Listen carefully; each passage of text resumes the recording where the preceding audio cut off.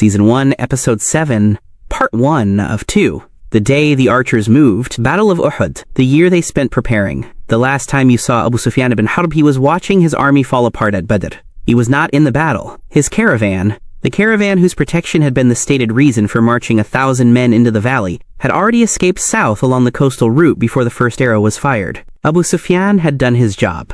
He had protected the goods. He had sent word to Mecca that the danger had passed.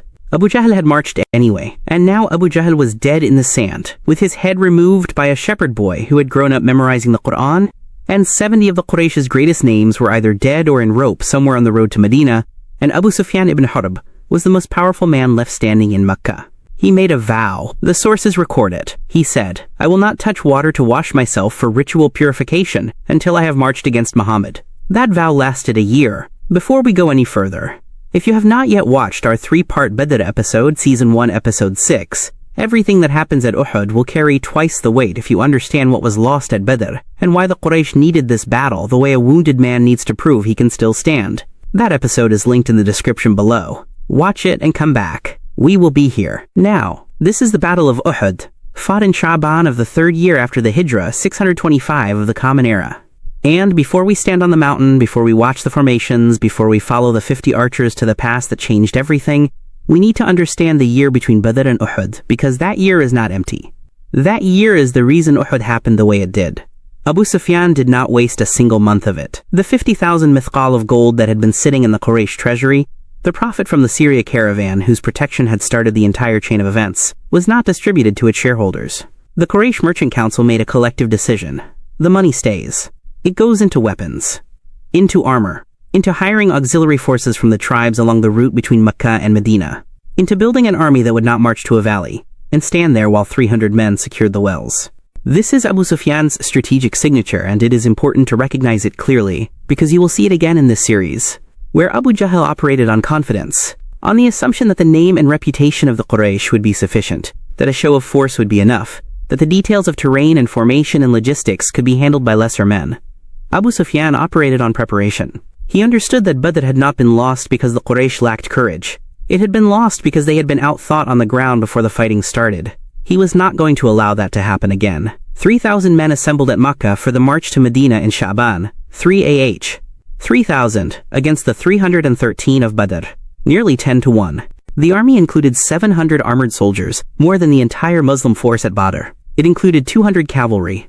It included the Ahabish, the allied Abyssinian and allied tribal fighters who lived in the hills around Mecca and who owed the Quraysh loyalty. It included, notably, a number of men who had been ransomed after Badr and had returned to Mecca and had now come back armed to repay what they considered a debt. The sources record this detail without commentary. It does not require commentary. The Prophet of Allah chose mercy at Badr and showed those men the door. 14 of them walked back through it carrying swords. And then there was the decision that Abu Sufyan made about the women. He brought them. Not all the women of Mecca, but specifically and deliberately the widows and the mothers and the sisters of the men who had died at Badr.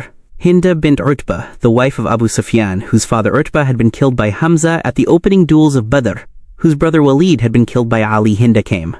She came not as a passive mourner, but as an active organizer of the women's section, whose role was to march behind the army and sing, and refuse to let any man retreat. The sources describe the women beating tambourines and chanting verses of grief and rage, naming their dead, calling on the soldiers to avenge them or never come home. This was a specific military application of grief. Abu Sufyan understood that an army that had suffered a humiliating defeat needed more than training and weapons to march back into contact with the force that had defeated it. It needed a reason that was personal, embodied, audible. The women at the back of the formation were that reason. They were the sound of what Badr had cost, and they would make sure no man forgot it while the fighting was happening. Hindah had made her own specific arrangement, separate from the general purpose of the women's section.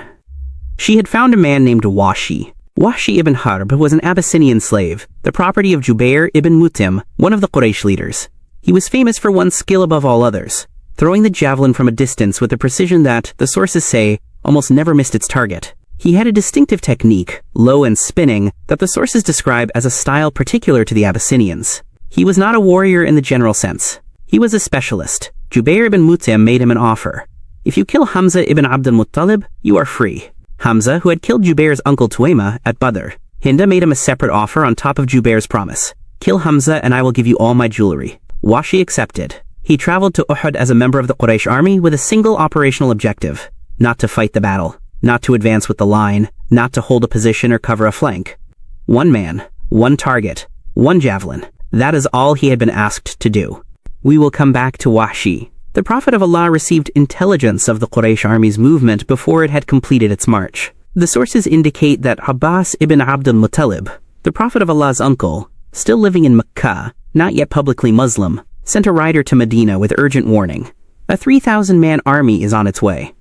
Prepare. The Prophet of Allah received the message and immediately convened his council. And here, at the council before Uhud, the episode opens the question that haunts everything that follows. The Prophet of Allah had a position he had dreamt the night before, and his dreams, the sources are consistent on this, were a form of revelation, that he was in armor, and that his sword had a nick at its edge, and that there were cattle being slaughtered. He interpreted this.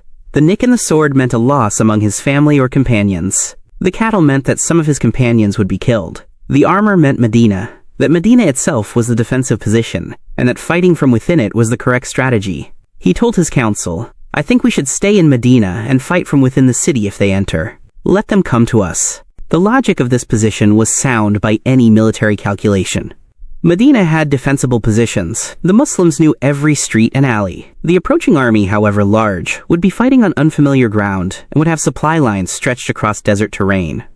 Fighting from within the city converted the Quraysh's numerical superiority from an advantage into a problem. You cannot deploy 3,000 men effectively in narrow streets. The council debated. The older companions and the most senior figures, including, notably, Abdullah ibn Ubai ibn Salul, who would make his presence felt in this story very shortly, agreed with the Prophet of Allah. Stay inside Medina. But the younger companions, the men who had not been at Badr, who had spent a year watching the veterans of that battle carry the status of having been present, who burned to prove that they were equal to what Badr had required, they argued passionately for going out to meet the Quraysh in the open field. They said, O Prophet of Allah, let us out to face our enemies. Do not let them think we are afraid or too weak to meet them. The argument was not tactical. It was about honor, about proving that the men of Medina could stand in the open field against everything Mecca had assembled. And the Prophet of Allah, who had a clear tactical preference, who had received the dream, who knew what he knew, deferred to the majority. This is the moment in Uhud that is the hardest to explain to a modern audience, and the most important to explain correctly. The Prophet of Allah was not uncertain about the right answer. He was not confused about what the dream meant. He chose to honor the expressed will of his community even when his own judgment pointed in a different direction, because the architecture of the community he was building required that the community's voice be heard and honored, not overridden every time the person with authority disagreed.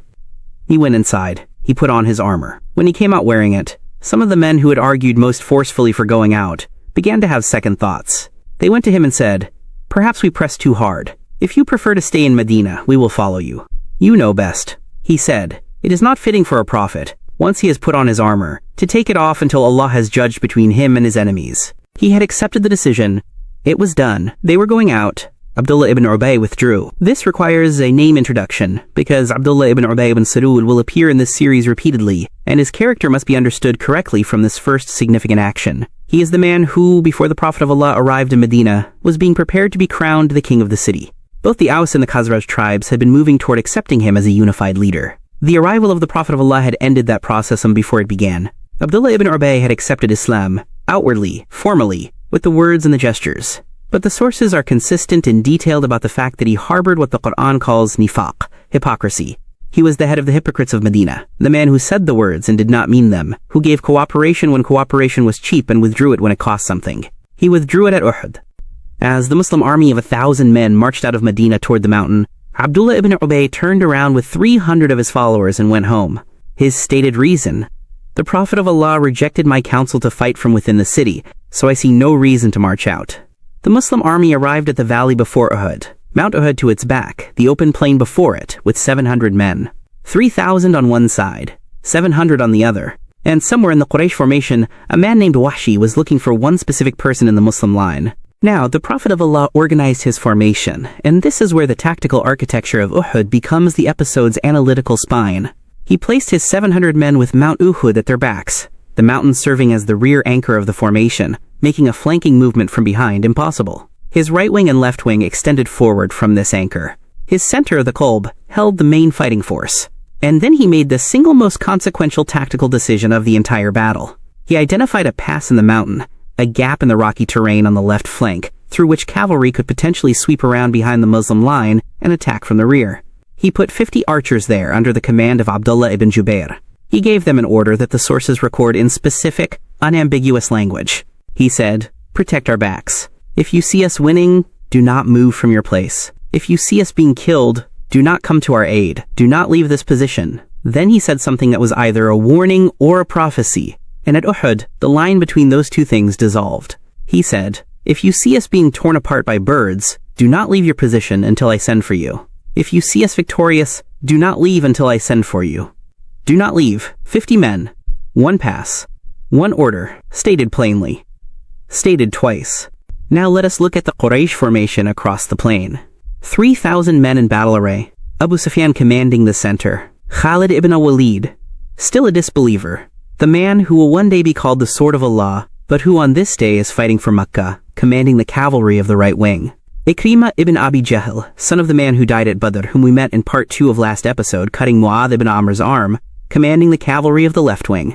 The women at the rear, their tambourines already sounding, and Wahshi somewhere in the formation, watching. He later described, in his own words preserved by the sources, what his entire experience of the Battle of Uhud was. He said, "I did not care about killing anyone except Hamzah. I stayed behind the rocks and the trees, watching him. He was fighting like a lion. No man could get near him. I waited until he paused.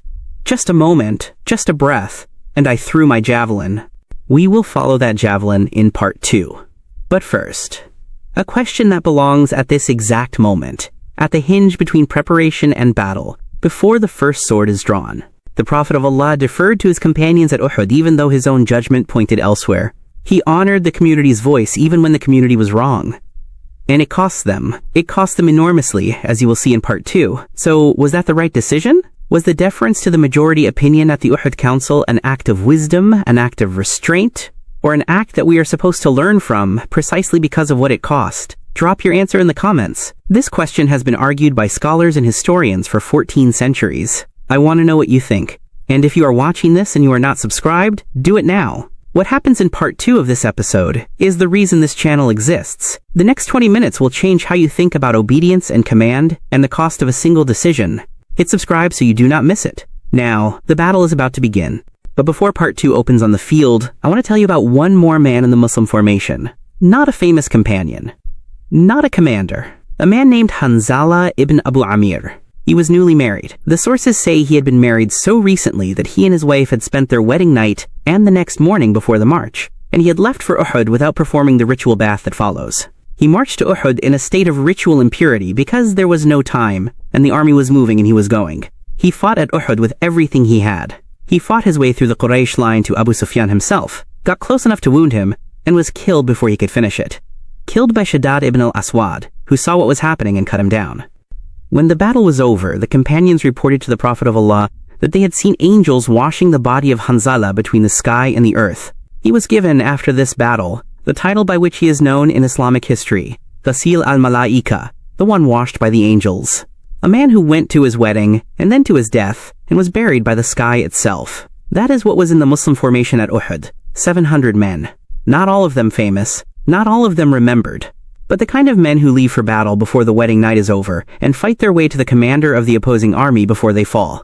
In part 2, the formations meet. The Quraysh standard bearers fall one by one. The Muslims are winning. And then, on the hill to the left, the archers see the enemy fleeing and the spoils on the ground, and they ask each other, what are we waiting for? That is next. This is the House of Wisdom, where history is never just the past.